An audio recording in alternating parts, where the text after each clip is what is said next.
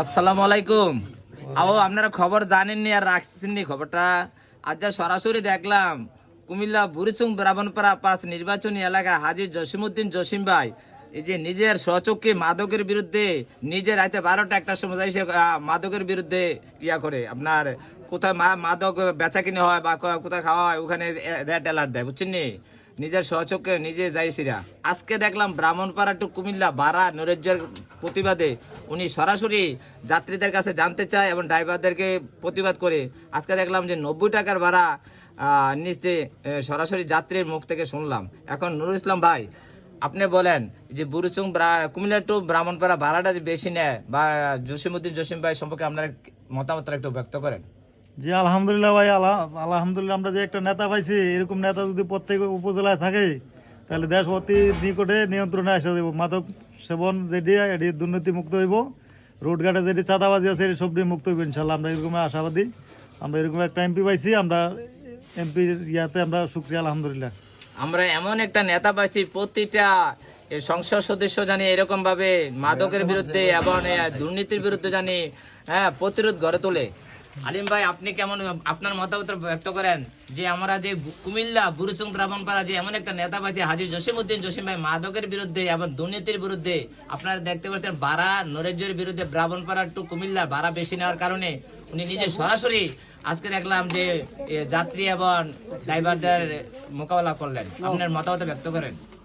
আমরা ভালো একটা নেতা পাইছি, যে নেতা আমরা মাঠে কাজ করে আমরা দুর্নীতি বা এরকম সবকিছু দেখশন করতেছে, খুব ভালো আলহামদুলিল্লাহ।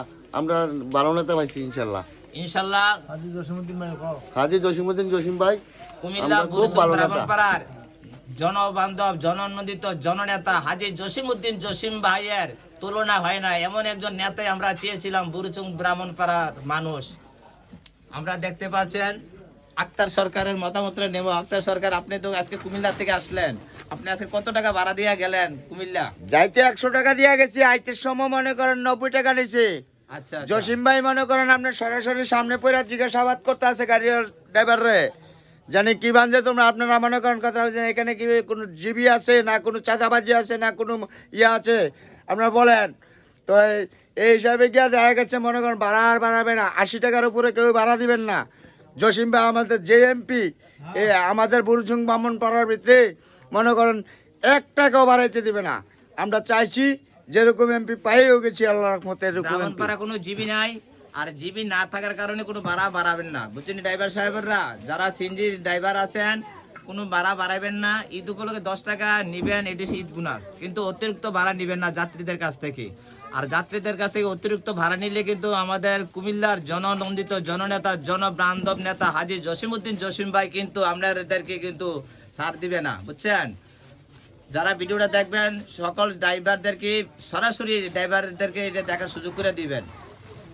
আপনারা দেখতে পাচ্ছেন নুরুল ইসলাম ভাই, আলিম ভাই এবং আক্তার সরকারের মুখ থেকে এই ব্রাহ্মণপাড়া টু কুমিল্লার ভাড়া নৈরাজ্যের বিষয়ে যে হাজী জসিমউদ্দিন জসিম ভাই যে একটা ভালো সরাসরি জায়েসি রাজানি স্বচক্ষে জায়েসি বাস্তবায়ন করেছেন, এই জন্য তারা অনেক ধন্যবাদ দিয়েছেন হাজী জসিমউদ্দিন জসিম ভাইকে।